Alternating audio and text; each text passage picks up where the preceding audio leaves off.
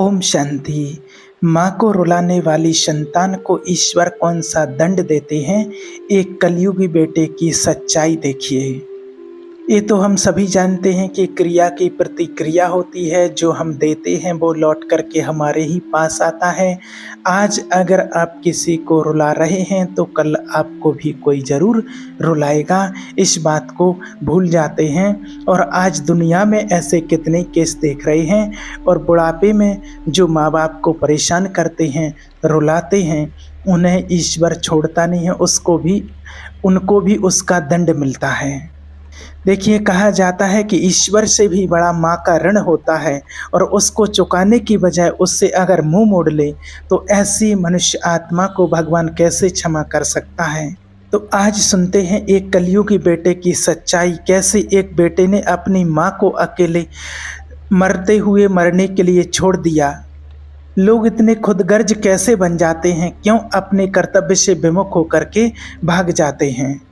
एक माँ का बेटा अपनी माँ को विदेश ले जाने के लिए अपने घर आता है, और घर मकान धन संपत्ति को बेच करके अपनी माँ को छोड़ करके कैसे भाग जाता है। माँ की सारी प्रॉपर्टी को लेकर के बेच करके, और वो बेटा कैसे विदेश के लिए चला जाता है, और फिर उस माँ की हालत क्या होती है वो आज इस सच्चाई में आप जानेंगे। और फिर उस बेटे के साथ क्या होता है वो भी आप जानेंगे। एक शहर में पति पत्नी रहा करते थे। उनका एक बेटा था और कोई भी उनकी संतान नहीं थी। पति जो था वो प्राइवेट नौकरी किया करते थे, जिससे उसकी जीविका चलती थी, और उसी नौकरी से ही उसने एक अच्छा सा मकान अपने शहर में बना लिया था। बड़े आनंद से उन तीनों प्राणियों का जीवन कट रहा था। कहते हैं ना कि जब वक्त की मार पड़ती है तो उसे कोई नहीं बचा पाता है। धीरे धीरे समय गुजरता गया। एक दिन ऐसा समय आया कि उस स्त्री का पति था, उसका देहांत हो गया, और उस परिवार को चलाने वाला जो मुखिया था वो दुनिया को छोड़ करके चला गया। क्योंकि मृत्यु तो सभी को एक न एक दिन आती है, और मृत्यु जब ऐसे वक्त पर आती है तो बड़ा दुख होता है। मनुष्य जब अपनी जिम्मेवारियों को निभा कर जाता है तो इतना दुख नहीं होता, लेकिन जब बीच मझधार में परिवार को छोड़ करके चला जाता है तो बहुत दुख होता है। तो उस स्त्री की जिंदगी विधवा के रूप में बदल गई, और उसके जीवन में अंधेरा ही अंधेरा हो गया। चारों तरफ जब देखती थी तो उसके लिए कुछ नज़र नहीं आता था, और उसके मन में एक ही विचार आता था कि मैं क्या करूं, मैं भी इस दुनिया को छोड़ करके चली जाऊं। फिर उसने अपने छोटे से बच्चे को देखा कि मेरे बिना इसका भी तो कोई नहीं है, मुझे ना चाहते हुए भी अपने बच्चे के लिए जीना होगा। और अब तो उसने अपने बेटे पर ही आस लगाई और विचार किया कि मैं इसको पढ़ा लिखा करके कामयाब बनाऊंगी, और पढ़ लिख करके जब उसकी अच्छी नौकरी लग जाएगी तब हमारी दुख भरी ज़िंदगी आगे चल करके सुख में बदल जाएगी। हमें सुख मिलेगा जब हमारा बेटा जवान हो जाएगा और उसका विवाह किसी अच्छी लड़की से हो जाएगा, तो वो हमारे घर में एक बहू आएगी, और बहू हमारी खूब सेवा करेगी और मेरा ध्यान रखेगी, तो हमारे जीवन में फिर से खुशियाँ आ जाएंगी।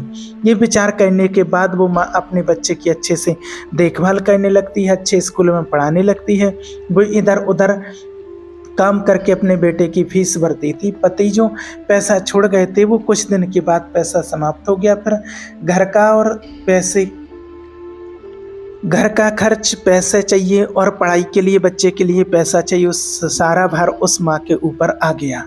वो दूसरे के यहाँ मजदूरी करके आती थी, उससे जो पैसे मिलते थे उसी से बेटे का खर्च चलाती थी। उसने कभी अपने बेटे के जीवन में कोई कमी नहीं होने दी। वो अपने लिए कपड़े नहीं बनवाती थी, फटे पुराने कपड़ों से काम चला लेती थी, लेकिन अपने राजा बेटे के लिए नए नए कपड़े लाती थी। उसने हजारों दुख उठाए, दूसरों के घरों में झाड़ू पोंछा किया। उसके पास और कुछ तो था नहीं, उसके पास एक ही मकान था जो उसके पति बनाकर गए थे। अब वो मकान भी कहाँ तक क्या करता, इसलिए उसने दूसरों के घरों में झाड़ू पोंछा खाना बनाना आरंभ कर दिया। जैसे तैसे करके अपने बच्चे की परवरिश करती रही। पढ़ाते लिखाते बच्चा बड़ा होता चला गया। धीरे धीरे बच्चा जवान होता है, और बच्चा जब जवान हो जाता है तो उसने इतनी मेहनत से पढ़ाई की कि उसने सारी डिग्रियां हासिल कर ली, और धीरे धीरे करके लड़के ने एक प्राइवेट नौकरी ढूंढ ली। सोचा कि मेरी माँ ने दूसरों के घरों में काम करके मुझे पढ़ाया लिखाया है, अब मैं जब कुछ काम करूँगा तो मेरी माँ का बोझ भी हल्का हो जाएगा। तो बच्चा अब नौकरी करता है। इधर माँ धीरे धीरे बूढ़ी हो चुकी थी, और वे दोनों प्राणी बड़े प्रेम से वहाँ रह रहे थे। इस दिन कुछ दिन व्यतीत हुए। एक दिन उसके बेटे ने क्या किया, उसके बेटे का नाम राहुल था। उसने देखा कि यहाँ से ज़्यादा अमेरिका में अच्छे पैसे मिलते हैं और क्यों ना मुझे अमेरिका में जा कर के नौकरी करनी चाहिए और मैं वहाँ नौकरी करूँगा तो बहुत जल्दी बड़ा आदमी बन जाऊँगा। तो वो राहुल अपनी माँ से कहता है कि माँ, मैं अमेरिका में अपनी नौकरी करने के लिए जा रहा हूँ, तो मुझे आज्ञा दे दो, मैं वहाँ रह कर के कुछ दिन तक काम करूँगा, उसके बाद तो मैं यहाँ से ले जाऊँगा। थोड़े दिन की बात है, आप तब तक यहाँ रहकर अपना ख्याल रखना और मैं वहाँ रहकर और मैं जल्द ही वहाँ से लौट कर तुम्हें लेकर के जाऊँगा। तो माँ की इच्छा तो बिल्कुल भी नहीं थी कि उसका बेटा विदेश छोड़ करके जाए, क्योंकि बुढ़ापे में वही एक उसका सहारा था। अब वो अत्यंत बूढ़ी हो चुकी थी। माँ ने उसे मना भी किया था, लेकिन बेटा कहने लगा, नहीं माँ, तुम चिंता मत कर, मैं बहुत सारा पैसा कमा करके मैं घर आऊँगा, फिर मैं विवाह करूँगा और फिर तुम्हें किसी बात का कोई दुख नहीं रहेगा, फिर हम दोनों मिल करके तुम्हारी खूब सेवा किया करेंगे। तो उस माँ ने अपने बच्चों का भविष्य देखने का सपना देखा और फिर अपने बेटे का दिल तोड़ना नहीं चाहा। माँ ने उससे जाने की आज्ञा दे दी। वो बेटा अपनी माँ को घर पर छोड़कर उसी दिन अमेरिका को चला गया और वहाँ जाकर के नौकरी करता है। कुछ ही दिनों में उसने बहुत सारा पैसा कमा लिया और पैसा की चकाचौंध में वो बेटा ऐसा उलझा कि वहाँ से अपनी माँ को फ़ोन करना भी भूल गया। वो ये भी भूल गया कि उसकी कोई एक बूढ़ी माँ हजारों किलोमीटर दूर उसकी प्रतीक्षा कर रही है। बेटे के अलावा उसका इस दुनिया में था ही और कौन, बेटा ही उसका इस दुनिया में सब कुछ था। वही उसके जीने की एक उम्मीद थी, वरना वो मर तो तभी गई थी जब उसका पति दुनिया छोड़ करके चला गया था। और इस प्रकार से उस राहुल को वहाँ रहते हुए 2-3 वर्ष बीत जाते हैं। वहीं उसे एक सुंदर सी लड़की मिल जाती है और वो उस लड़की से अपना विवाह कर लेता है और वहीं सेटल हो जाता है। जब उसने विवाह कर लिया तब उसने एक दिन अपनी माँ के लिए उसने फ़ोन लगाया। उसकी माँ हमेशा उसके फ़ोन का इंतज़ार करती रहती थी कि मेरा बेटा जब से गया है तब से उसने मेरी खबर भी नहीं ली है, पता नहीं वो कैसा है, ठीक है या नहीं। वो हर समय सोचती रहती थी कि काश मेरे बेटे का फ़ोन आ जाए। एक दिन उसने फ़ोन किया अपनी माँ के लिए। जैसे ही अपनी माँ के लिए फ़ोन लगाया तो माँ के लिए बताया कि हे माँ, मैं तेरा बेटा राहुल हूँ। और अपने बेटे की आवाज़ सुनते ही उस माँ को ऐसे लगा कि जैसे उसके कानों में किसी ने अमृत की बूंदें डाल दी हों।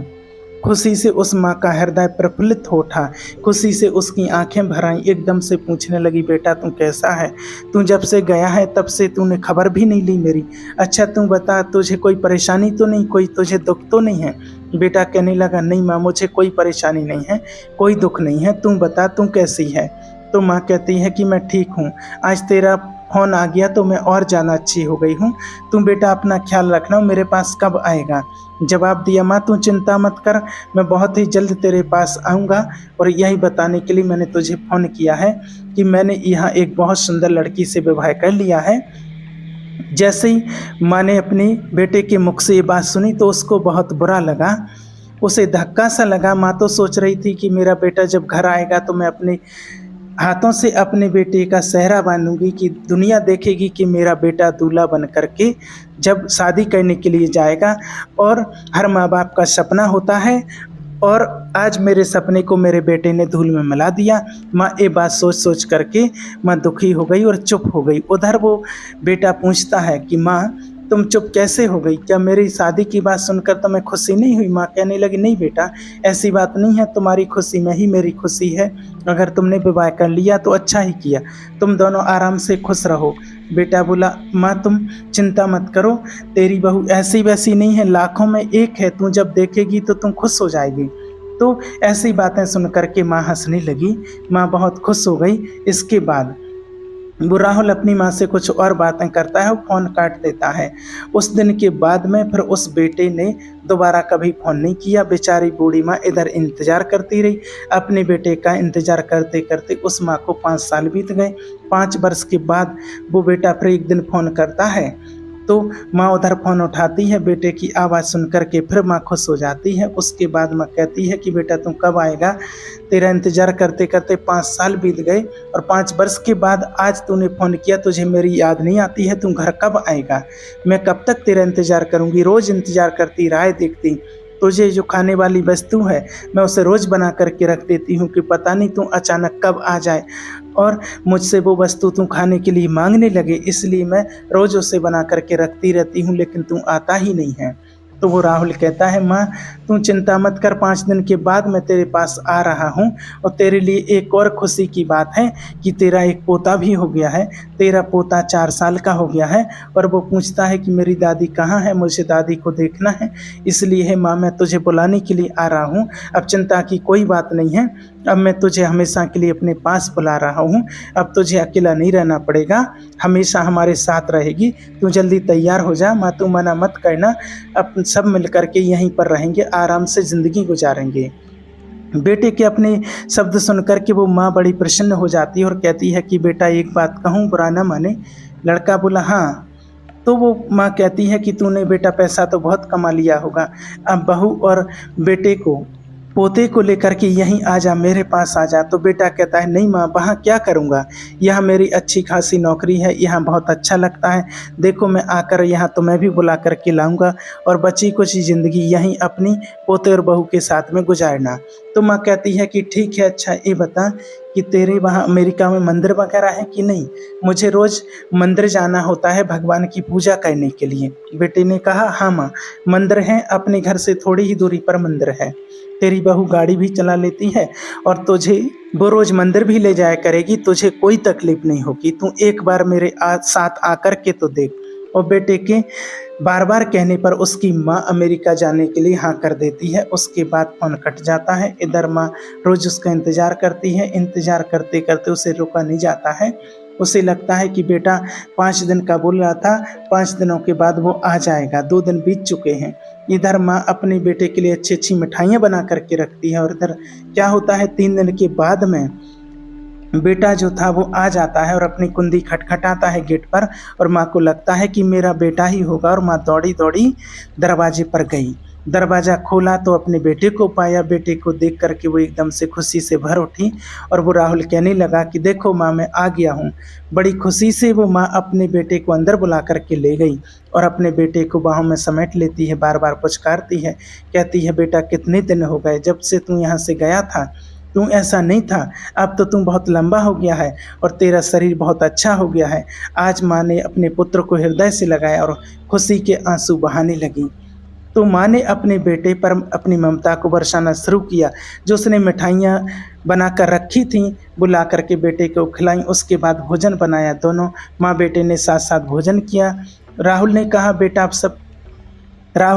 माँ अब सब कुछ तो हो गया है, अब तो मैं तुझे यहाँ से लेने के लिए आया हूँ, रुकने के मेरे पास समय नहीं है, तू जल्दी से तैयार हो जा। तब तक मैं किसी प्रॉपर्टी डीलर के पास में जाता हूँ और इस मकान को बेचने की बात करता हूँ। जब घर बेचने की बात माँ ने उस बेटे के मुख से सुनी तो माँ के हृदय में धक्का सा लगा। उसको अब एकदम से अपने पति की याद आ गई, आंखों में आंसू भर आए और कहने लगी, बेटा तू मकान बेचेगा? अरे ये घर तेरे पिता ने बड़ी मेहनत से बनाया है, इसमें एक एक ईंट की जो लगी है, जो आपके पिता की खून पसीने की ईंट है, पसीने की कमाई से लगी है, बड़ी मेहनत से इस मकान को बनाया और तू इसे बेच देगा, इसे बेचने की बात कर रहा है। बेटा कहने लगा, माँ तुम कैसी बातें कर रही, जब हम लोग विदेश में चले जाएंगे दोबारा यहाँ क्यों आएंगे, फिर इस मकान की क्या ज़रूरत है, हमारे जाने के बाद इसकी देखभाल कौन करेगा, हमें इस देश में रहना ही नहीं है तो मकान छोड़कर क्या फ़ायदा होगा, तो फिर इस मकान का भी हम क्या करेंगे, इसे बेच ही देते हैं और इन पैसों को लेकर के विदेश चलते हैं। फिर उस बूढ़ी माँ ने विचार किया कि बेटा ठीक ही कहता है, जब दोबारा आना ही नहीं होगा तो इस मकान की देखभाल कौन करेगा। तो ये सब सोच करके माँ भी मकान बेचने के लिए राजी हो जाती है और माँ कहती है, बेटा जैसी तेरी इच्छा तू वैसा कर। लेकिन माँ की आंखों से आंसू निकल रहे थे और बेटा प्रॉपर्टी डीलर के पास चला जाता है और इधर माँ आंसू बहा रही थी और दीवारों पर अपने दोनों हाथ रख करके कह रही थी कि मेरे पति ने बड़ी मेहनत करके ये बनाया है। और उसकी आंखों से आंसू निकलने लगते और अपने पति को याद करती हुई रोती रहती है और सोचती है कि हमारा बेटा इसको बेच रहा है, मुझे लेकर के विदेश जा रहा है। रोती रही। तब तक क्या होता है, प्रॉपर्टी डीलर को लेकर के उसके बेटा आता है, उसको बेच देता है मकान को और पैसों को लेकर के कहता है कि माँ तू जल्दी से तैयार हो जा, तेरा पोता तुझसे मिलने के लिए इंतज़ार कर रहा है। और जब अपने पोते के बारे में सुनती है तो वो माँ भी अपने पोते से मिलने के लिए छटपटाने लगी, क्योंकि कहते हैं ना कि हर माँ बाप के लिए नाती पोते बहुत प्यारे होते हैं और वो माँ कहती है कि बेटा तू जल्दी से ले चल, और मेरे पंख नहीं है, नहीं तो मैं पंखों से उड़ करके जल्दी जल्दी वहाँ पहुँच जाती है। जवाब दिया बेटे ने कि माँ तुम उड़कर ही विदेश पहुँचेगी, चिंता नहीं कर। तो माँ कहने लगी बेटा मैं समझी नहीं। तो बेटा उसका समझाता है कि माँ तेरा वीज़ा करवाया है, तू हवाई जहाज़ से यात्रा करेगी और जल्दी ही अपने पोते के पास पहुँच जाएगी। अब तू ज़्यादा खड़ी खड़ी देर मत कर, जल्दी से तैयार हो जा। तो वो माँ जल्दी से तैयार हो जाती है और बेटे के साथ वो एयरपोर्ट पर पहुंच जाती है। और एयरपोर्ट पर जाकर के उसने माँ को एक जगह पर बिठा दिया और कहा माँ तू तब तक यहीं बैठ, मैं कुछ कागज़ और अपना बैग अंदर चेक करा करके आता हूँ, तू यहीं बैठना। और वहीं माँ को बैठा करके वो लड़का राहुल एयरपोर्ट के अंदर चला जाता है। इधर माँ इंतज़ार करती है कि हमारा बेटा आता ही होगा। बेटा कागज़ और थैले चेक करने के लिए गया है। तो 1 घंटे इंतज़ार किया, 2 घंटे, 3 घंटे, 4 हो गए, दोपहर हो गया, 2 बज गए, मगर उसका बेटा अभी तक नहीं लौटा। इधर उस माँ से रोका नहीं गया तो माँ उस एयरपोर्ट के अंदर घुसने लगी। तभी उन्हें एक सिक्योरिटी वाला रोक लेता है और कहता है कि माँ तुम इधर कहाँ जा रही हो। जवाब दिया कि साहब मेरा बेटा अंदर गया है कागज़ और थैला चेक कराने के लिए, अभी लौट कर के नहीं आया है। सिक्योरिटी वाले ने जवाब दिया इधर कोई नहीं है। बूढ़ी माँ कहने लगी नहीं साहब ऐसा नहीं हो सकता है, मेरा बेटा अंदर गया है, मुझे बाहर बैठाकर अंदर गया था, वो मुझे बुलाने आएगा, मुझे वो विदेश से लेने के लिए आया था और मैं उसके साथ विदेश जा रही हूँ, ऐसा नहीं हो सकता है।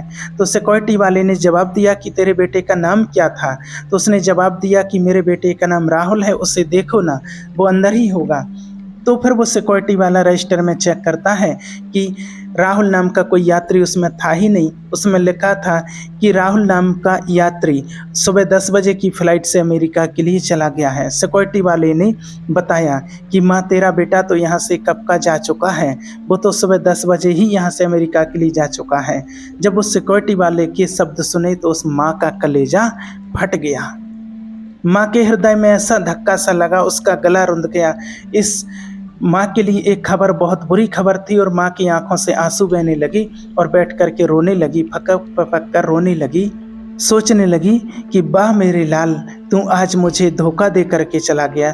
तूने मुझे क्या धोखा दिया है, तूने अपने आप के लिए बेटा धोखा दिया है। तूने घर भी बिकवा दिया और मुझे भी कहीं का नहीं छोड़ा है। मेरे पति के हाथों का बना हुआ घर बेच गया और मुझे दर दर की ठोकरें खाने के लिए छोड़ गया। मैं कहाँ जाऊँ। अब दुखियारी बेचारी बूढ़ी माँ रोती बिलखती अपनी घर की ओर चल देती है। उसके पास पैसे तो नहीं थे कि जो वो रिक्शे से बैठ कर के आ जाती। वो पैदल पैदल चलती हुई 2-4 दिन में अपने घर आती है और उसी मकान के पास आ जाती है। रात हो चुकी थी, घर के बाहर चबूतरा था और वो उसी चबूतरे पर भूखी प्यासी लेट जाती है। उस बूढ़ी माँ की हृदय दर्द से फटा जा रहा था। और इधर जब सवेरा होता है तो बूढ़ी माँ उसी चबूतरे पर बैठी होती है। कुछ पड़ोसी उसे भूखा समझकर कुछ खाने को दे जाते हैं तो वो खा लेती है। वो चबूतरे पर दिन रात बनी रहती है। 3-4 दिन तक मकान मालिक देखता रहा।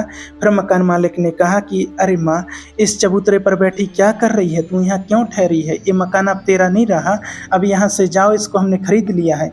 तब बूढ़ी माँ उसे अपनी पूरी बात बताती है कि उसका बेटा उसे विदेश ले जा रहा था और उसे वो एयरपोर्ट पर छोड़ करके चला गया। अब मेरा इस दुनिया में कोई नहीं है, मैं इसी चबूतरे को छोड़कर अब नहीं जा सकती हूँ, मैं इसी चबूतरे पर अपने प्राण त्यागूंगी। तुमने मेरा मकान ले लिया है, कोई बात नहीं, मैं तुम्हारे घर के अंदर नहीं जाऊंगी, लेकिन मैं चबूतरे पर रह करके बाकी ज़िंदगी गुजार दूंगी। हमें विश्वास है कि हमारा बेटा एक दिन ज़रूर आएगा। और देखिए वो मकान मालिक बड़ा ही दयालु था। बूढ़ी माँ का जो बेटा था उसकी क्रूरता को सुनकर के वो गुस्सा से भर गया। मकान मालिक ने उस बूढ़ी माँ को जब ऐसे शब्द सुने तो उसने दोनों हाथों से उसे पकड़ लिया और कहता है कि माँ ठीक है, आज के बाद तू इस चबूतरे पर नहीं रहेगी, तू अंदर चल।